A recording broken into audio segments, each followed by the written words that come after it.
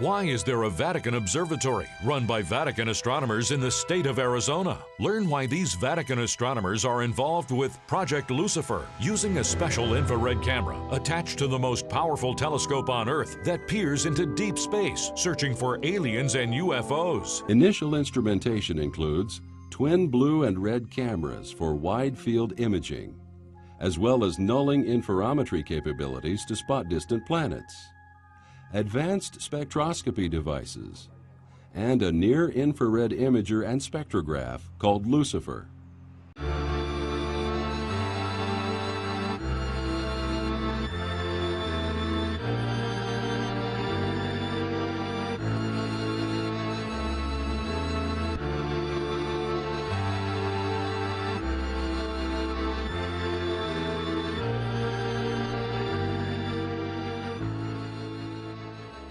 The Jesuit order has had observatories of its own in Rome since the 16th century.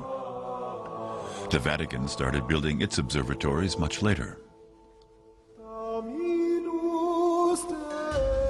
The summer residence of the Pope in Castel Gandolfo, just south of Rome. Inside the two domes perched atop the papal palace are the Vatican's telescopes. The astronomers lodge in a former monastery. Many of the researchers at the Specula Vaticana are Jesuit priests. I was educated in a boarding school led by Jesuits. 3 years we had to translate parts of the Bible from one language into the other. In the first book of Moses, the Lord descends from the heaven down to earth on a holy mountain, with smoke and fire and loud noise and trembling, and everyone was afraid. That was the moment where I said, this is not God. What are we talking about? My God does not need a vehicle in which to move around, which trembles and makes smoke and loud noise. And it was the Jesuit priest who said, Eric, maybe you should read a book of Enoch. So I started to investigate this, and I found something very bizarre. I found that most of the telescope and probes that observe the sun are owned by no one else but the Vatican. The Vatican. And I was thinking, well, that is strange. What does the Vatican want with the sun?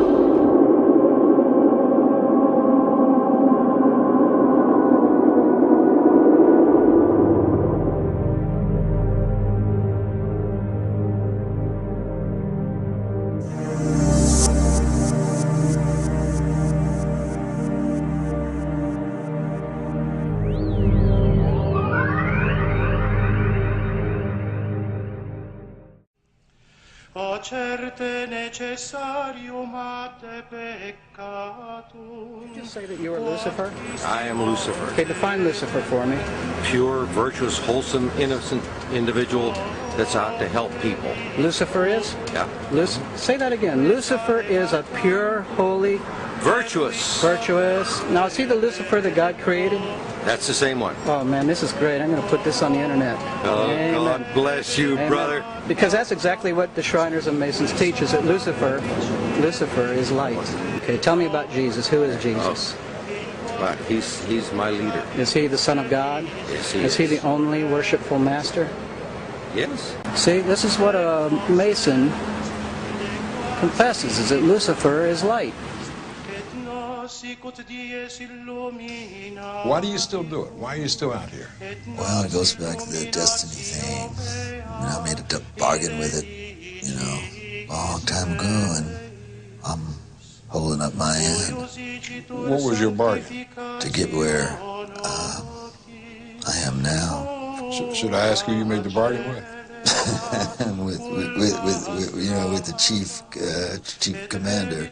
On this earth? And this earth, and then in the world we can't see.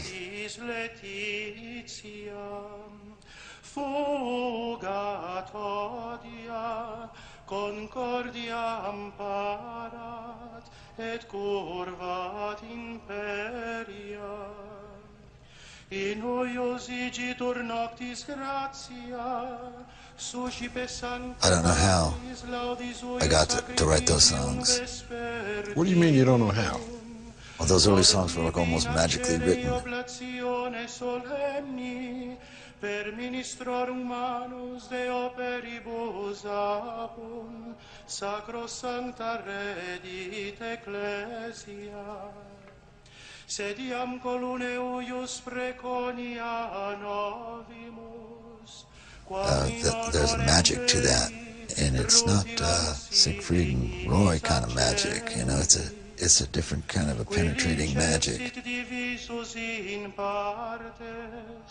Motuatitament luminis detrimenta non novi. Aliturenin liquantibus ceris, quasi in substantiam preciose huius lampadis, apis mater reduxit. O vere beata nox, in qua terrenis celestia, humanis divina iunguntur.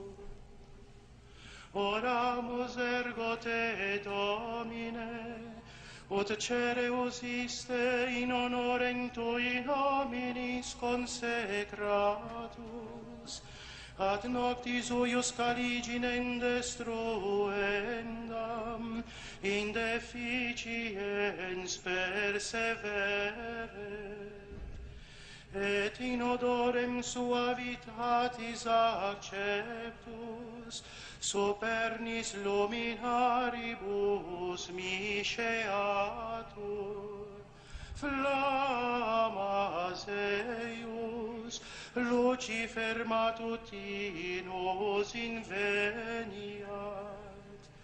Ille inquam Lucifer qui nescit occasum, Christus filius tuus, qui regressus ab inferis, humano generis serenus illuxit, et tecum vivit et regnat in saecula saeculorum.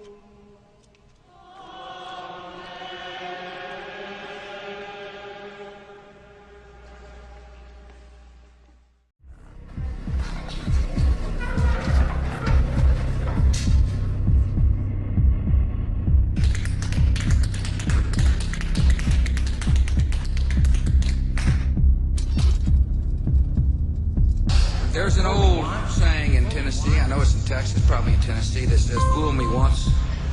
Shame on. Shame on. Shame on you. You fool me, we can't get fooled again.